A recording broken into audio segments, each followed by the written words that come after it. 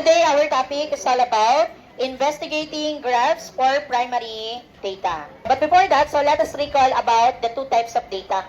We have the primary data and the secondary data. Okay, so ito ay pinag-aralan nyo nung kayo ay grade 7. Pag sinabi natin anak na primary data, collected first hand. Ito po yung keyword natin, first hand, by the researchers specifically for their study. While pag sinabi naman natin anak na secondary data, already collected na po siya. Already collected and recorded by someone else for a different purpose. So, what is the difference between primary and secondary?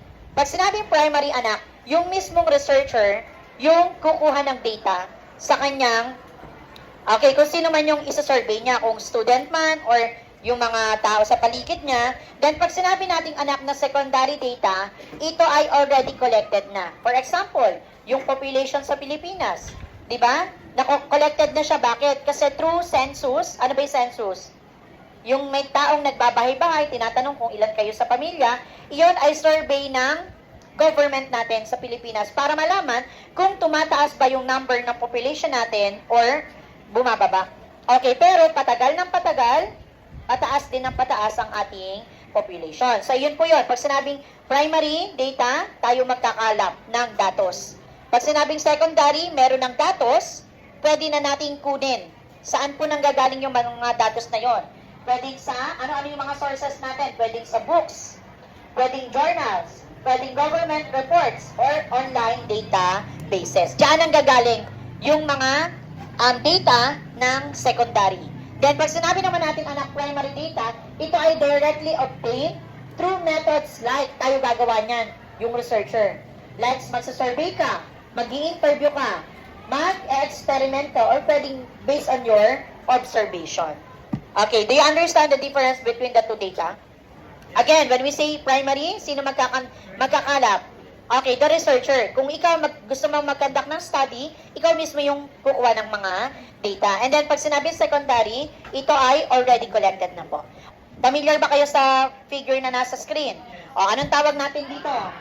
Pie graph or pie chart po yan. Pangalawa, bar graph. Pangatlo, line graph. Pang-apat, okay, ano yan?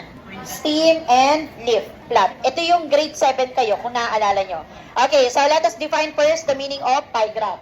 So when we say pie graph or chart, it is a circular chart divided into slices where each slice represents a proportion or percentage of the total. Ito po yung example ng ating pie graph. Then yung pangalawa naman anak is the bar graph. When we say bar graph, uses rectangular bars to represent data.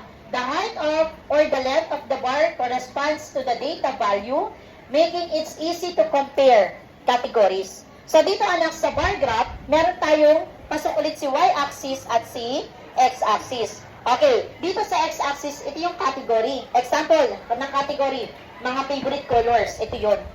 And then dito naman anak sa frequency, halimbawa yung numbers na student na sinurvey mo. So, kung meron kang 20 students, o ilan kaya estudyante na may favorite sa color na blue? O kunyari, 7. Iyon yung frequency, yung 7. And then, yung color blue, ito po yung category. Do you understand? And the third type of graph is the line graph. Pag sinabi naman natin, anak, na line graph, the line graph uses points connected by a lines to show changes or trends over time. It's emphasize continuity and progression. So, almost the same lang siya anak sa bar graph. Anong pinagkaiba ng bar sa line graph? Okay. Sa bar, rectangular. Sa line, dot, and i-connect ng straight line. Okay. Pero, meron pa rin siya category at frequency. Meaning, meron pa rin x at y axis. At ang pinakahuli, anak, ay ang stem and leaf plot.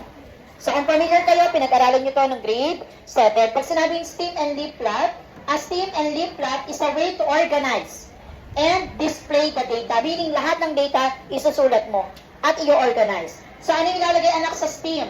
Sa stem, ito po yung usually the leading digit. Yung unang number, ilalagay mo dito. And then, yung leaf naman, ito yung usually the last digit. Meaning, lahat ng data makikita mo sa stem and leaf plot. Question pa about the types of data. Okay, this time let us answer the given questions. Identify natin kung ito ba ay bar, line, stem and leaf, or pie graph. Number 1, boys, can you read?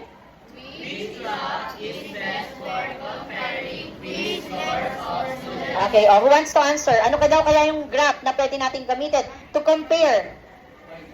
To compare quiz scores of the students. Yes, Kasan?